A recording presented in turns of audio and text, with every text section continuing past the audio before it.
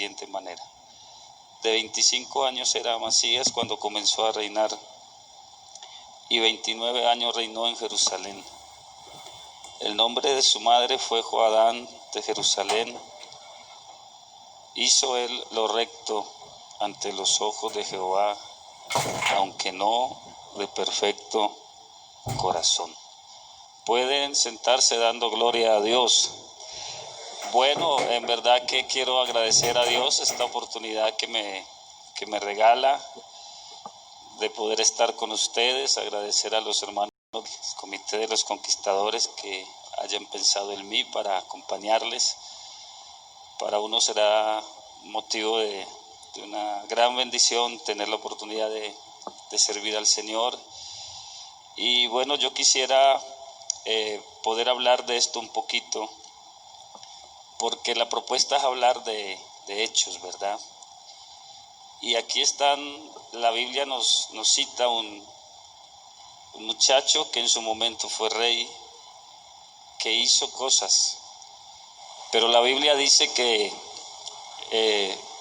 hizo lo recto, dice, pero lo que hizo no lo hizo de perfecto corazón.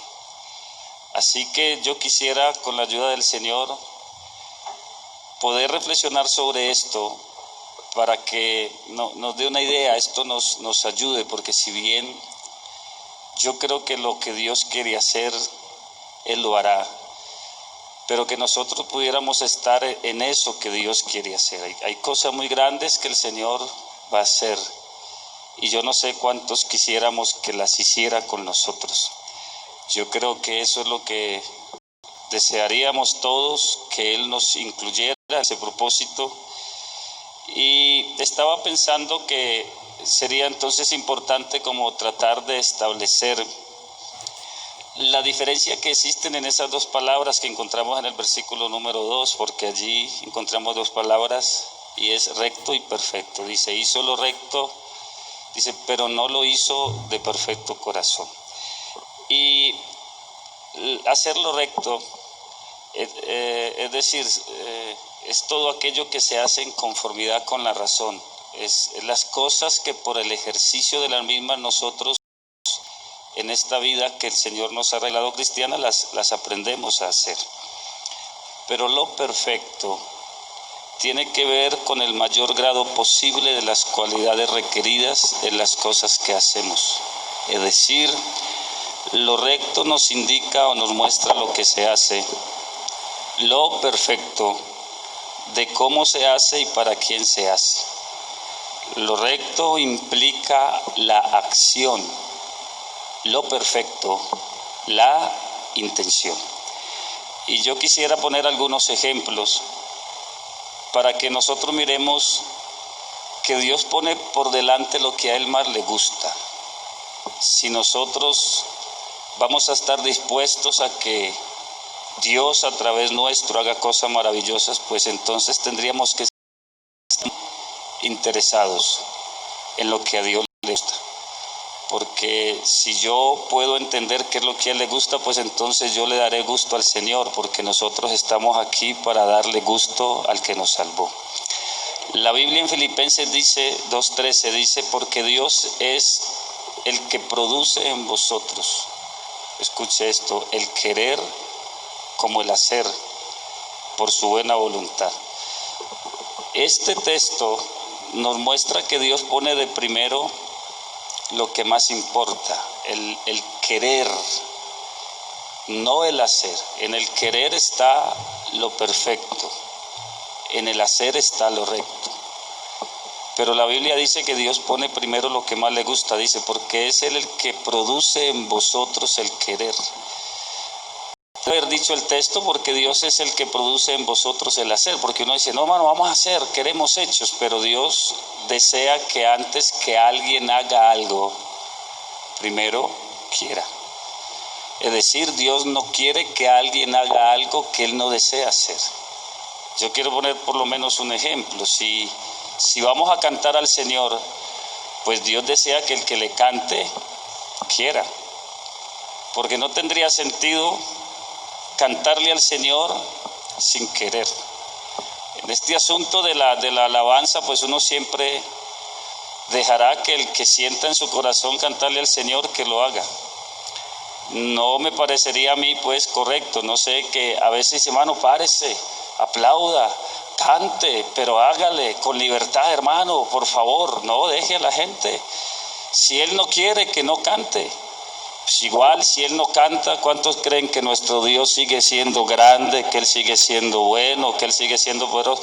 Porque coaccionar a la gente para que haga algo que no quiera no está bien, porque lo que le imprime valor a lo que hago no es lo que hago, es que yo quiera hacerlo. Porque es posible que uno aprenda a hacer muchas cosas y de pronto sin querer. Y no hay nada más tedioso que ver a alguien hacer algo que él no quiera. Así que es importante ese principio, porque Dios tiene que producir en nosotros el querer y luego el hacer. La Biblia dice con relación a la ofrenda, escúcheme esto tan lindo, dice en 2 Corintios, el capítulo número 8, el versículo 12, dice, pero si primero está la voluntad dispuesta, entonces la ofrenda será acepta según lo que uno tiene y no según lo que no tiene. Entonces fíjese que Dios pone de primero que el oferente disponga su voluntad para hacerlo. Porque lo que le imprime valor a la ofrenda no es mi ofrenda, es que yo disponga mi voluntad para ofrendar. En el momento que yo sienta que me sacan el billete del bolsillo, hablar de la ofrenda física no sería tan correcto, porque yo tengo que disponer mi voluntad para ofrendar al Señor. Dice, y si usted dispone su voluntad, entonces eso que usted trae, Dios se lo va a aceptar. Porque nosotros sí tenemos que estar seguros de que lo que hagamos, Dios lo acepte. No es solo hacerlo, es que a Dios le agrade.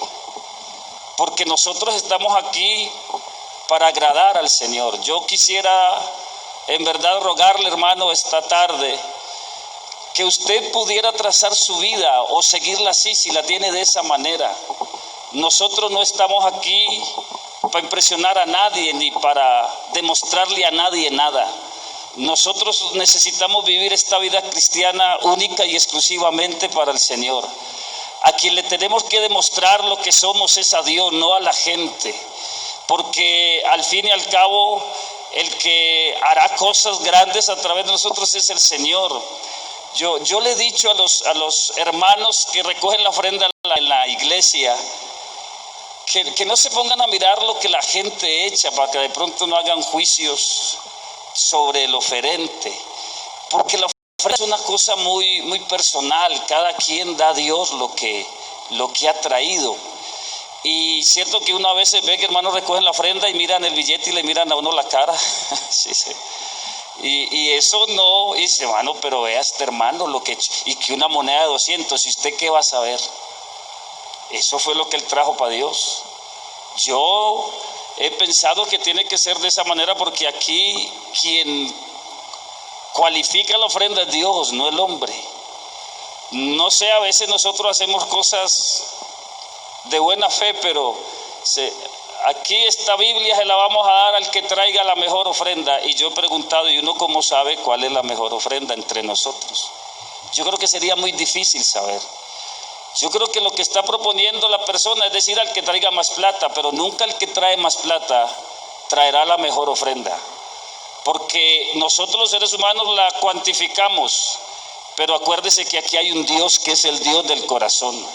Y Dios en medio de la iglesia quiere gente verdadera. Estaba recordando una historia muy linda, hermano, la mamá de un hermano, que ella ese domingo dice que pasaron vendiendo el buñuelo ahí, matutino, pero ella no tenía sino 500 pesitos. Y ella se puso a pensar, bueno, ¿compro el buñuelo o los guardo para la ofrenda? Y sabe que decidió tomarse la guapanelita sin buñuelo y los guardó para la ofrenda. Cuando él me contaba esa historia, yo dije, y donde hubieran dado algún premio a la mejor ofrenda, le aseguro que esa anciana no hubiera calificado. Porque seguramente quien pasó recogiendo la ofrenda se dio cuenta que era sino 500. Pero ¿qué hubiera dicho Dios de ella? Entonces yo quiero acuñar esto con una frase que leí que dijo: me cambiaste por él porque él te dio 50 y yo 10. Pero lo que tú no sabías era que él tenía 100 y yo no tenía sino 10. Es decir, nosotros necesitamos entender, si queremos que Dios haga cosas grandes con nosotros, de que hay que tener una vida con Dios como es, al derecho. Escúcheme esto, como a Él le gusta, no como a uno le parece. Porque si nosotros, hermano, no violentamos este principio bíblico, porque Dios no quiere solo que tú hagas lo recto, Dios quiere gente que lo haga de perfecto corazón. Y en el asunto del perfecto corazón están las intenciones, porque no todo el que hace cosas buenas es bueno. Por eso Dios no solo quiere en los hechos que se hagan cosas buenas, Dios quiere que tú y yo seamos buenos, porque todo el que es bueno, lo que hace es bueno para Dios. Estaba pensando en la ofrenda de Caín y Abel, cómo la Biblia dice que Dios no miró con agrado a Caín y a su ofrenda. Es decir, la Biblia nos enseña que a Dios le interesa más la persona que lo que la persona trae en la mano. Dice, no miró con agrado a Caín. En otras palabras, Dios está más interesado en el oferente que en la ofrenda. Y ya lo que Caín traía en la mano, a Dios no le gustó. Porque a Dios le interesa primero usted y después lo que usted le trae. Pero dice que miró con agrado a Abel y luego la ofrenda que trajo. Pero a quien le interesó primero fue Abel y después lo que trajo. Y yo me preguntaba por qué el Señor no aceptó la ofrenda de Caín y sí la de Abel. Sobre eso he escuchado muchas apreciaciones, pero permítame humildemente, yo doy la mía esta tarde. Porque él dice, hermano, es que Caín le debió haber traído a Dios una ofrenda de sangre.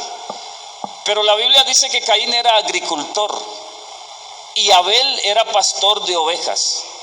Si usted lee el relato, dice que Caín le trajo a Dios del fruto de la tierra, pero Abel de lo mejor de las ovejas. Me parece a mí que lo que hizo la diferencia entre una ofrenda y otra fue esa palabra, de lo mejor, no la ofrenda. Yo no creo que si Caín hubiese escogido para Dios el mejor repollo que tenía en medio de su cultivo, Dios se lo hubiera rechazado, porque yo no veo un Dios que le pida a uno lo que uno no le puede dar. Dios siempre nos pedirá lo mejor que tenemos. Y lo mejor que tenemos no lo puedo yo comparar con otro, porque cada quien le da a Dios lo mejor de lo que tiene.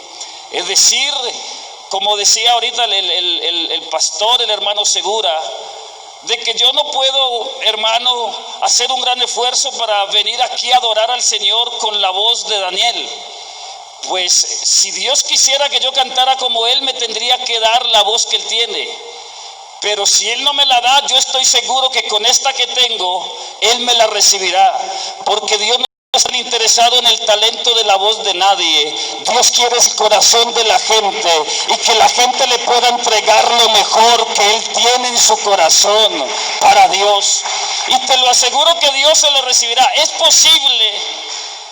Yo quiero aquí aclarar eso, porque es posible que tú no califiques para estar en el grupo de alabanza, porque esos son dones que Dios da y quien esté ahí debe saber.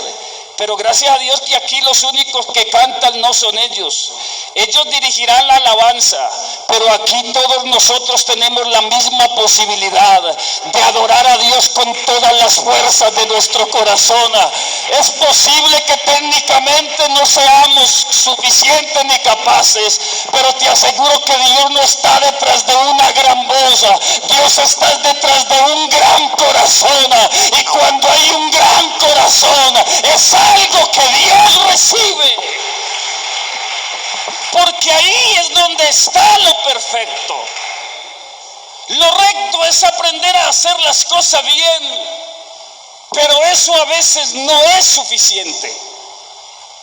Qué bueno que esta tarde pudiéramos nosotros comprenderlo, porque en toda la Biblia usted encuentra a Dios hablando de la misma manera. La premisa está clara. Timoteo, búscame a hombres fieles que sean idóneos para enseñar a otros. Vuelve y repite lo mismo. Yo quiero primero gente fiel. En la fidelidad está lo perfecto. Dice, y luego que sean idóneos. Pero mire que el principio es inquebrantable. Es decir, Dios pone por delante lo que más le interesa. ¿Cuántos creen que Dios sigue interesado en creyentes fieles? Dice, hermano, pero lo tengo fiel, pero no tan idóneo. No importa. Porque si tú quisieras proponerle a Dios que lo tienes idóneo, pero no fiel, te aseguro que Dios te diría que no. Porque el Dios de esta iglesia no tiene problema con tener a alguien fiel que no sea idóneo, pues al fin y al cabo quien nos capacita es el Señor. Israel se había olvidado de esta gran verdad. El pueblo judío había conservado la forma de las cosas, pero habían perdido la esencia. Isaías en el capítulo número 1, él le predica un mensaje al pueblo que estaba deseoso de oír, porque él se paró frente al pueblo y dijo, vino a mí palabra de Jehová diciendo. Me imagino que él se paró y dijo, ¿cuántos quieren oír la voz de Dios? Me imagino, amén, todos querían oír la voz del Señor. Y escuche, hermano, Jeremías empieza a predicar un mensaje muy fuerte. Y dijo, así dijo el Señor. Dijo, ¿qué diría el Señor? Dijo, que no me traigáis más vana ofrenda, que el incienso me es abominación, que no quiero que guarden días de luna nueva, no quiero que guarden días de reposo, no quiero que oren, no quiero que ayunen, no quiero que canten. ¿Se imagina usted que puede pensar uno sentado ahí y escuchar un mensaje como ese? Yo me atrevería a acusar a Isaías de falsa doctrina, porque Isaías le estaba prohibiendo al pueblo lo que precisamente Moisés les había ordenado a través de las escrituras hacer. ¿Cómo es posible que se pare un profeta a decirnos que no cantemos, a decir que no ayunemos, a decir que no hagamos cultos, a decir que no guardemos los días de reposo, a decir que entonces no podemos aquí cantar más alabanza? No entendemos el mensaje. Y si usted se fija, la queja del Señor contra el pueblo no era porque no supieran hacer las cosas. El pueblo había aprendido a hacer lo recto, pero se le había olvidado hacerlo de perfecto corazón. La queja no era porque ellos no supieran hacer los cultos, habían aprendido a hacerlo muy bien. Sabían cómo ayunar de 6 a 6, sabían cómo cantar, las alabanzas las tenían por miles y sabían cómo hacerlo. Porque a veces la gente dice, hermano, mire cómo cantaban los judíos, esa gente sí canta, eso nosotros no lo sabemos. El que yo vea a alguien aplaudiendo 4 o 5 horas y cantando 4 o 5 horas, perdóneme, eso a mí no me dice nada, porque quien tiene que calificar si lo que él está haciendo está bien o no es Dios, porque yo no conozco el corazón, pero Dios sí conoce los corazones. No son los hechos lo que determinan si alguien agrada a Dios, no es cuántos milagros tú puedas hacer en el nombre de Jesús. Yo creo que aquí hay cosas que son más de fondo que de forma. Israel se había olvidado que obedecer a Dios era mejor que los sacrificios.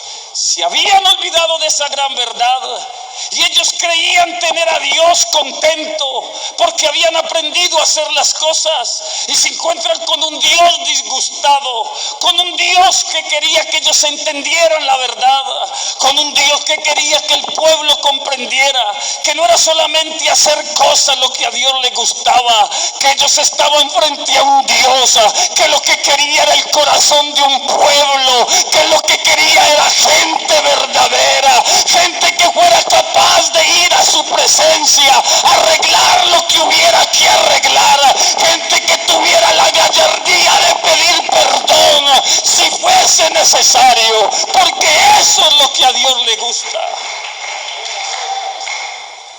Alguien puede ser un gran alcalde sin importar si es un borracho. Alguien puede ser un gran médico y no importa si es un adúltero. Alguien puede ser un gran abogado y no importa si es un mentiroso, porque así vive la sociedad. Para la sociedad es muy importante lo que su gente hace, no lo que su gente es. Pero esta iglesia piensa distinto. El Dios de esta iglesia no está tan interesado en lo que usted hace. Él está interesado es en lo que usted es. Porque para Dios es más importante el ser que el hacer. Es decir, tú no puedes ser un gran líder si tú eres un mentiroso. Ni tú puedes ser un gran pastor si eres un mal padre. Tú no puedes ser aquí un gran predicador si tú no pagas tus deudas. Las cosas en la iglesia son distintas y necesitamos entender cómo piensa el Señor, porque de esa manera Dios nos usará para hechos poderosos que yo creo que es lo que nosotros queremos que pase en nuestras vidas. Pero vamos a entender cómo es que a Dios le gusta hacer las cosas. Tú no puedes ser aquí un tremendo músico si no pagas tus deudas. Porque Dios no le impresiona que tú le cantes, a él le impresiona más que tú vivas. Y si uno no entiende eso, entonces nosotros, cual Samuel, nos irá impresionando la apariencia de la gente. Y nosotros no podemos caer en el error de la sociedad actual, hermano, porque en la sociedad la gente vive de apariencias. Aquí nosotros no tenemos cómo impresionar a Dios, créamelo, de ninguna manera. Y cómo nos ha engañado la apariencia de la gente. Yo a veces no comprendo por qué algunos pensamos así. Ese hermano, ese tiene pinta. Y parece que eso fuera suficiente. No sé, yo me identificaba, me gozaba escuchando ahorita la palabra de hermano Segura. Porque es que eso lo hemos vivido. Es decir, nosotros hemos sufrido el menosprecio por no tener apariencia. Y si quiere pregúnteme a mí. Hermano, ¿usted cree que cuántas veces me han dicho en la cara que no tengo cara de pastor? Sí. Yo al principio sufría mucho, Esteban, en verdad. Yo a veces me iba triste, yo llegaba a un evento y, hermano, cuando el pastor llega y se va, ya llegó. Y dice, ay, hermano, pues no tiene cara. Y yo decía, ¿y cara? Ni cara, ni barriga. Dice, no me ayuda nada, al menos Esteban tiene barriga. No cara, pero sí barriga, yo ninguna de esas. Y sabe que yo sufría, pero yo una vez me puse a pensar, bueno, ¿y cómo es la cara de un pastor? Y me fui a la Biblia para ver las medidas. ¿Cómo es la cara de un servidor? ¿Cómo es la cara de alguien a quien Dios quiere? Y sabe que me di cuenta que no había cara, que los pastores no tienen que tener cara, que de David no se habló de la cara, se habló más fácil de la cara de Saúl y él fue el que falló. Ese era bonito pero falló. El otro quizás era bajito, pecosito, no tenía cara, pero tenía un gran corazón. Yo creo que cuando uno entiende eso, entonces uno puede comprender que aquí lo que necesitamos es tener un gran corazón para con Dios. Y cuando alguien tiene un gran corazón, vea, yo le aseguro, muchacho, yo le aseguro que Dios hará cosas grandes a través de ti. Y mejor que te menosprecien, yo diría que mejor. Y mejor que nadie crea en ti. Y mejor que no califiques. Yo hablaba con Esteban cosas como esas, porque yo antes de salir al ministerio, yo le decía cosas como diciendo, no, aquí nadie es suficiente, aquí nadie califica. Es mejor sentir que uno no sabe. Es mejor sentir que uno no califica. Es mejor hacerlo así, de esa manera. Porque la iglesia de hoy, escúcheme, la iglesia de hoy está enfrentando desafíos grandísimos. Hoy estamos frente a un mundo que está exigiendo de nosotros mayor idoneidad. Músicos que no sean tan empíricos. Que los predicadores tengan conceptos mínimos de hermenéutica, homilética, exégesis, está bien. Que los tesoreros de nuestras juntas locales tengan conceptos mínimos de contabilidad y los secretarios igual. Yo no quiero con este mensaje hacerle un monumento a la ignorancia. Pero yo sí quiero decir que la idoneidad no será suficiente. Yo quisiera que tensáramos la balanza para que nosotros no dejemos por fuera de la ecuación lo que ha hecho crecer esta iglesia. Gracias a Dios por la gente idónea que entre nosotros se levanta. Gracias a Dios porque hay idoneidad en medio de este equipo de compa transmitir un programa como este. Pero no es eso lo que hace crecer la iglesia. Puede haber mucha idoneidad entre nosotros, pero lo que ha hecho crecer esta iglesia no es la idoneidad de nadie, sino la fidelidad de alguien a quien Dios quiere usar. Dios siempre ha usado gente fiel, quizás no tan idónea. Y yo me pongo a pensar en este tiempo donde tenemos la oportunidad de tener un buen grupo de creyentes muy idóneos. Entonces, que no seas un tropiezo para que Dios te use. Que no seas un tropiezo para que Dios haga cosas grandes a través de ti. Porque yo me atrevería a decir esta tarde que la idoneidad sería, hermano, espada, pero la fidelidad del Espíritu, y una espada sin Espíritu está muerta. Así que necesitamos que el Señor siga usándonos en esa fidelidad que cada uno le hemos prometido al Señor. ¿Cuántos creen que hoy, más que mensajes bien trazados, se necesitan mensajes llenos del Espíritu Santo de Dios? ¿Cuántos creen que hoy se necesitan alabanzas llenas de la unción del Señor? Y sabe, hermano, cuando empezó este programa a las 2, no sé si los músicos recuerdan, pero ellos empezaron cantando una alabanza que dice: te daré lo mejor de mi vida. ¿Y cuántos estamos dispuestos esta tarde a darle a Dios lo mejor de nuestra vida?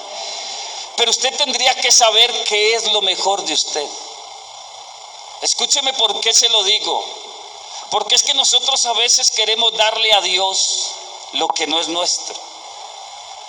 Esto de darle a Dios lo mejor es algo muy lindo si uno lo entiende. Una vez en un programa que hicieron, que me propusieron ese eslogan, entonces yo decidí, antes de predicar, ir a la presencia del Señor para darle lo mejor de mi vida. Y sabe que me llevé una sorpresa muy grande, porque cuando empecé a hablar con Dios y a entregarle lo mejor, empecé a darme cuenta que eso que yo le quería entregar no era. Dice: Señor, yo voy a predicar allá, pero te quiero entregar mi ministerio. Y dije: no es tuyo. Y bueno, entonces mis dones, hijo, tampoco son tuyos, yo te los di. Así que le dije: bueno, será mi esposa. Empecé a hacer una lista grande, hermano, y créame, me quedé sin palabras. Es decir, yo no le puedo entregar a Dios lo que Él me ha dado. Señor, le entrego lo mejor de mi vida. Este ministerio que tengo, no es tuyo. Si un músico le fuera a entregar a Dios lo mejor de su vida, no le podría entregar el ministerio de alabanza, porque ese ministerio que ellos tienen no es de ellos. Ni se lo han ganado, ni por ser consagrados, ni lo que tú tienes te lo has ganado. Nada, hermano. A esta iglesia nosotros llegamos con las manos vacías. A esta iglesia llegamos con una lápida en la espalda, hermano, de condenación. Nosotros llegamos a esta iglesia perdidos, sin nada y sin nadie. Pero aquí hubo uno que tuvo misericordia, que nos levantó, que nos perdonó, que nos dio su espíritu. Que a veces, hermano, este sí y este no. No, yo no creo que aquí haya alguien mejor que otro, porque tendría que ser que eso mejor sea de él. Pero hasta donde yo entiendo lo que tenemos, Dios me lo ha dado. Y yo no puedo compararme con otro, con lo que es del Señor. Lo que yo sí he entendido es que el más grande aquí se llama Jesús de Nazaret. Ese se tiene que llevar toda la gloria, toda la honra. Aquí no hay nadie más grande que nadie. Hagas lo que hagas y úsete Dios en lo que sea. Aquí el más grande es Jesucristo el Señor. Él es el más grande. Y nosotros necesitamos aprender la lección de Amasías, de no hacer solo lo recto. Escúcheme, hermano, en esto de hechos, en esto que Dios quiere hacer, es importante entender que las cosas no se harán solo porque tú aprendas a hacerlas. Qué bueno cuando uno cree saber algo y hace como si no supiera para que llegue a saber. Porque es que nos asalta, hermano, una profunda preocupación. Es que estamos perdiendo gente muy buena entre nosotros. Muy buena, muy calidosa. Gente con mucho talento. Bueno, ¿qué está pasando? Y nos duele. Y se nos van. Y sabe que a veces el problema es que como hacer las cosas, entonces podemos caer en el error de prescindir de alguien que es imprescindible. El hecho que tú hayas crecido un poquito y aprendas a hacer las cosas, eso no quiere decir que a Dios no le necesitamos. Hoy hay gente, hermano, que ha aprendido y gracias a Dios por eso, está bien. Hemos crecido en algunas áreas de nuestra vida, pero yo a veces me pregunto, hermano, ¿se acuerda usted cómo lloraba pidiéndole al Señor que le dijera cuál himno cantar si de pronto el pastor lo sacaba? Claro, pero como usted ya se lo sabe de memoria, no importa, yo no, ni oro, yo si me sacan lo canto. ¿Y por qué no volver a preguntarle al Señor cuál canto? ¿Se acuerda cuando empezamos a servir con tantos errores? Pero nosotros sentíamos un profundo deseo de buscar a Dios que nos dijera qué hacer, cómo hacerlo, cómo llorábamos, la impotencia que sentíamos para hacerlo. Pero pasa el tiempo, hermano, pues ya somos capaces de manejar el escenario, ya somos capaces de saber cómo con la gente, no, pero no es así, no es aprendiendo a hacer las cosas, porque a veces caeremos en el error de Amasías. Él aprendió a hacer lo recto, por el ejercicio mismo, por la práctica misma de las cosas aprendió a hacerlas, pero no las hizo de perfecto corazón. Queremos hechos. Yo creo que hay que seguir buscando al que produce los hechos. Queremos ver milagros en medio de nuestro servicio.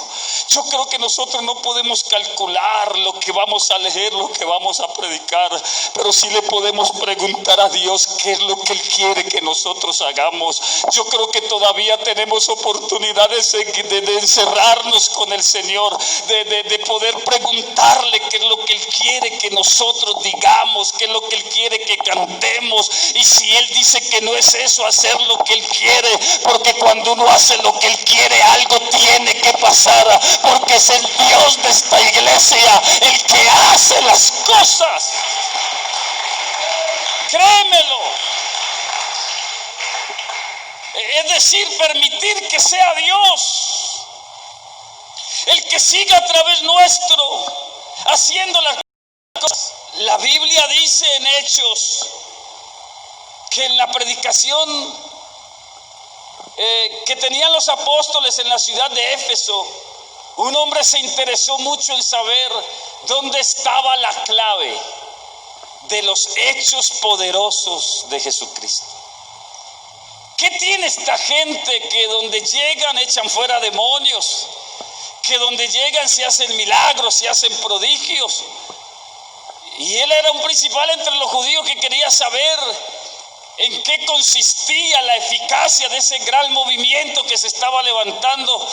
Y dice que él, casi como en una persecución de los apóstoles, se dio cuenta que donde ellos llegaban, invocaban el nombre de Jesús. y los enfermos sanaban y los demonios eran libres. Y a él le pareció que saber eso era suficiente. Escúcheme esto tan lindo. Y dice que él se fue con otros 7. Dice, hermano, ya sé cómo hacemos aquí milagros. Esa gente le invocan a los enfermos el nombre de Jesús y a los demonios, y esos demonios salen y los enfermos se sanan. Ya casi como que él había descubierto la fórmula.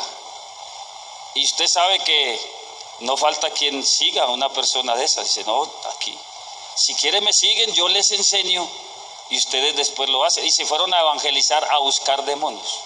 Y el que busca, encuentra. Yo quiero especular aquí, eso no dice la Biblia, pues yo me los imagino. Doña Agar, ¿cómo está? ¿Tienen algún endemoniado por ahí? Si alguna cosa, sáquelo, estamos a la orden. Ya sabemos cómo sacar los demonios. Sabemos cómo hacer hechos poderosos. Y claro, ahí le dije, sí, aquí está. Oiga, ahí vinieron, mi amor, sáquela. Y la sacaron. Y como él creyó que la clave estaba aquí en saber hacer las cosas, entonces casi que como una especie de tutor con los que les dijo, ponga cuidado para que después ustedes también. Y dice que se acercó a la endemoniada y ¿sabe qué le dijo? En el nombre de Jesús, el que predica Pablo. Y el demonio alzó su mirada y lo vio. Y ¿sabe qué dijo a mí me fascina, ¿sabe qué dijo el demonio? Dijo, oiga, yo a Jesús conozco y no lo veo por ningún lado. Que Jesús no está en la palabra. ¿Cuántos creen que Jesús tiene que estar en el corazón del que lo invoca? Y escuche lo que dijo. Y sé Pablo, ¿qué? ¿Quién? Oiga, el demonio no dijo, yo sé lo que Pablo hace. ¿Usted cree que a un demonio le importa lo que usted hace? Ni poquito. Pero sí lo que usted es. Porque ¿cuántos creen que lo que uno es tiene que ser más grande que lo que uno hace? El demonio dijo, yo sé, Pablo, quién es. Es decir, eso nos invita a que nosotros busquemos primero el ser, es que salir a hacer hechos poderosos. Y dice que se lanzó sobre todos ellos y los desnudó y los mandó avergonzados por la casa, porque él creía que la clave de esto consistía en saber hacer las cosas. Yo me acuerdo una enseñanza de un pastor en Bogotá. Hermano, ese hombre se tiró de aquí del púlpito y le aseguro, hermano, que por donde él pasaba la gente hablaba en lenguas. Fue una cosa tremenda. A los 8 días había un culto de jóvenes y el tesorero de los jóvenes en la mitad de la predicación también se tiró. Y pasó por todo el salón y no, a mí me dio fue como rabia. Yo le dije, oiga, venga, ¿y usted por qué se tiró? Y dijo, el pastor 18 días no se tiró también. Entonces él creía que la clave estaba en tirarse. Porque hay gente que cree que la clave está en cómo hago, a ver, cómo es que se predica para que la gente se convierta, porque cada quien lo hace de una manera. Y entonces usted cree, hermano, ¿cómo hago? ¿Cómo me paro? ¿Cómo digo? Yo escuché de un predicador que trazando el mensaje decía, aquí brinco y aquí lloro. O sea que él no estaba predicando, él lo que estaba era actuando. Y aquí nosotros no somos actores. Aquí lo que nosotros somos es servidores. Aquí lo que nosotros venimos a decir lo que Dios nos dijo. Y claro que si Dios te mueve y te tiras está bien, pero que sea Dios. Pero no siempre el que se tira algo pasa.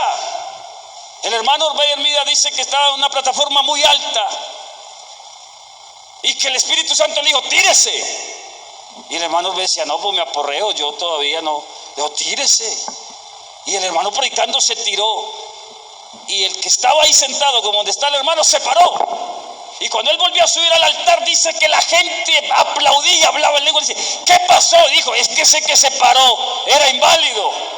Dijo, y entonces lo sané del susto. No sé si del susto, pero Dios hasta de susto puede sanar a alguien y te puede usar para hacer cosas grandes. En el momento que tú menos creas, de la manera que menos creas, porque el que aquí hace las cosas es el Señor Jesucristo. ¿Y cuántos creen que Jesús necesita a alguien que sea para él hacer cosas grandes? alguien que se preocupe más por ser que por hacer. Yo no creo que con este evento estemos nosotros motivando a un activismo religioso. Esto no funciona así. Esto hay que entenderlo en su contexto. Mire, cuando fueron a aprender a Jesús, Él les dijo: ¿a quién buscáis? Les dijeron: a Jesús de Nazaret. ¿Y sabe qué dijo Él? Yo soy. Y la Biblia dice que cayeron a tierra, ¿verdad? ¿Por qué? Él no dijo yo hago, Él dijo yo soy. Porque esas palabras yo soy representa todo lo que Jesús es. ¿Y cuántos creen esta tarde que lo que Jesús es tiene que ser más grande que lo que Él hace? Porque el Creador debe ser más grande que su creación. Si alguien hubiera podido haber dicho: aquí usted no sabe quién soy yo, y Él nunca dijo eso. Él sí puede haber tenido credenciales para decirlo, pero eso nos enseña. Es decir, a mí me preocupa porque hoy el mundo cristiano, entre comillas, no andan sino buscando a un Jesús que hace y no al Jesús que es. ¿Y cuántos estaríamos dispuestos esta tarde a seguir adorando al Jesús que es, aunque no haga? Si Jesús no hiciera un solo milagro más, si Jesús decidiera no usarnos más para hacer hechos por Jesús, yo pregunto, ¿cerraríamos las puertas de estas congregaciones? ¿O por el contrario seguiríamos adorándole con todo el alma?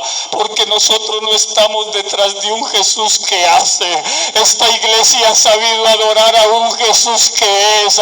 Jesucristo es Dios, Jesucristo es santo, Jesucristo es el Salvador del mundo.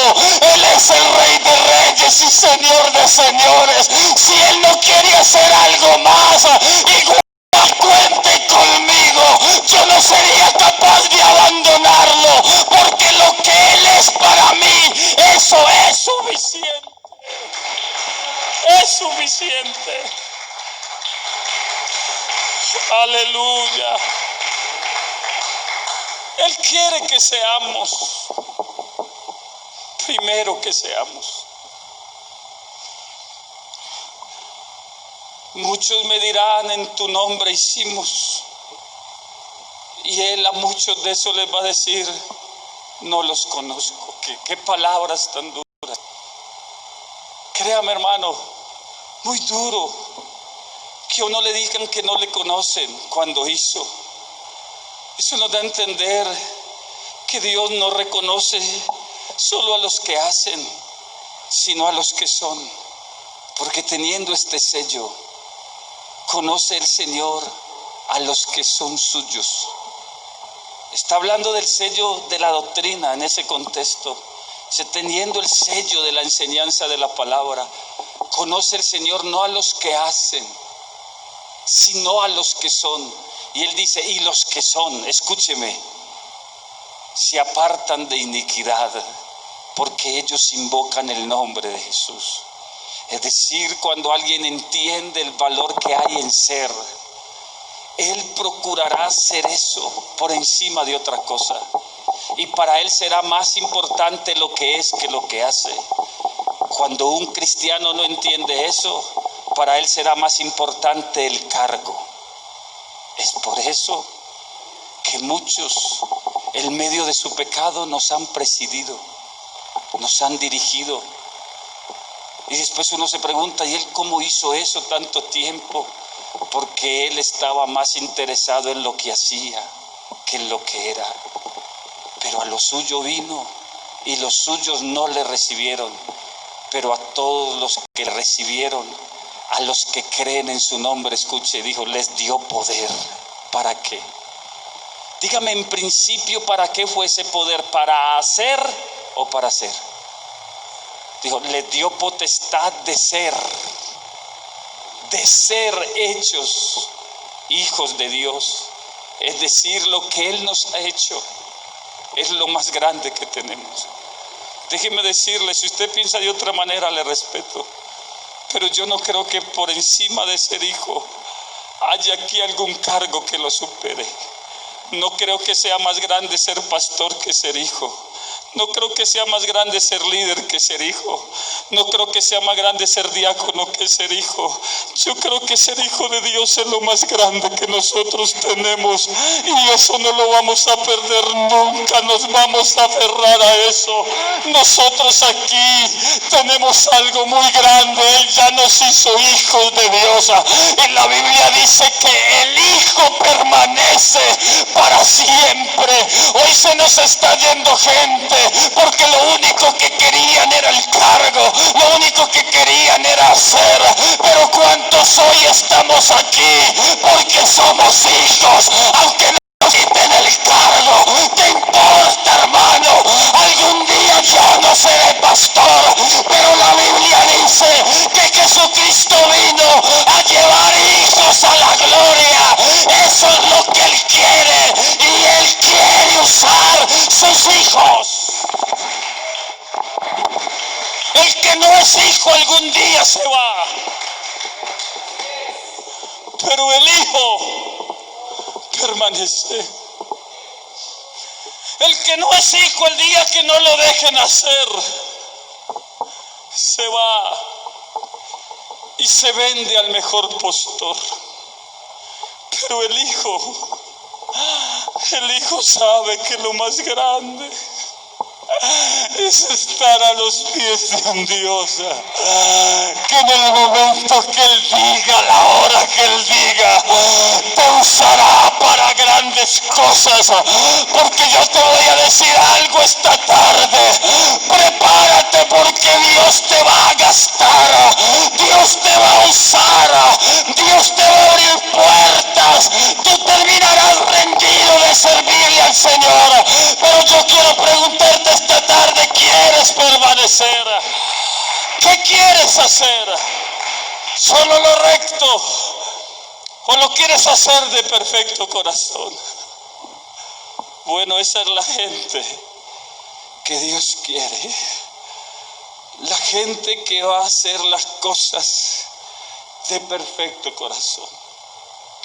Y créeme que los hechos se darán. Y no habrá nada más grande en la vida nuestra, el que Dios nos use, pero nosotros siendo conscientes no de lo que hacemos, sino de lo que somos. ¿Cuántos quisieran decirle al Señor esta tarde que quieren entregarle su vida entonces? ¿Cuántos quisieran decirle entonces: aquí estoy, Señor? Lo que quieras hacer. Quiero ser verdadero. Si me he desviado un poquito por querer figurar o lo que sea, pero yo creo que esta es una tarde importante para poder redireccionar nuestra vida. Póngase en pie y vamos a orar esta tarde.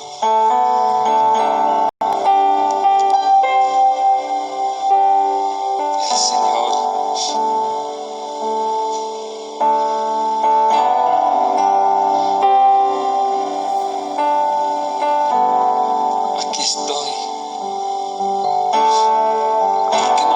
su corazón, dígale: aquí estoy.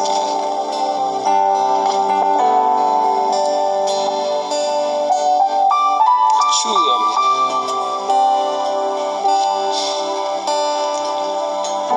Qué bueno, hermano, que usted pueda usar el conocimiento que tiene ahora con la humildad del principio. Que usted pueda decirle: Señor, perdóname si he creído que aprendiendo a hacer las cosas es suficiente, pero quisiera que usted me ayudara, que yo te siguiera preguntando, que yo siguiera teniendo una dependencia total de ti. Soberano Señor. Soberano Señor. Hay una iglesia preciosa, una juventud maravillosa.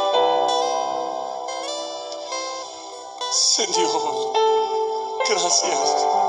Ayúdanos. Por favor, por favor, por favor. Despierta nuestras conciencias. Direcciona nuestra vida. Claro que queremos servirte y en tu palabra permanecer. Jóvenes que sean, Señor, y que luego hagan para la honra y la gloria de tu nombre. Todavía el Señor está buscando un adorador,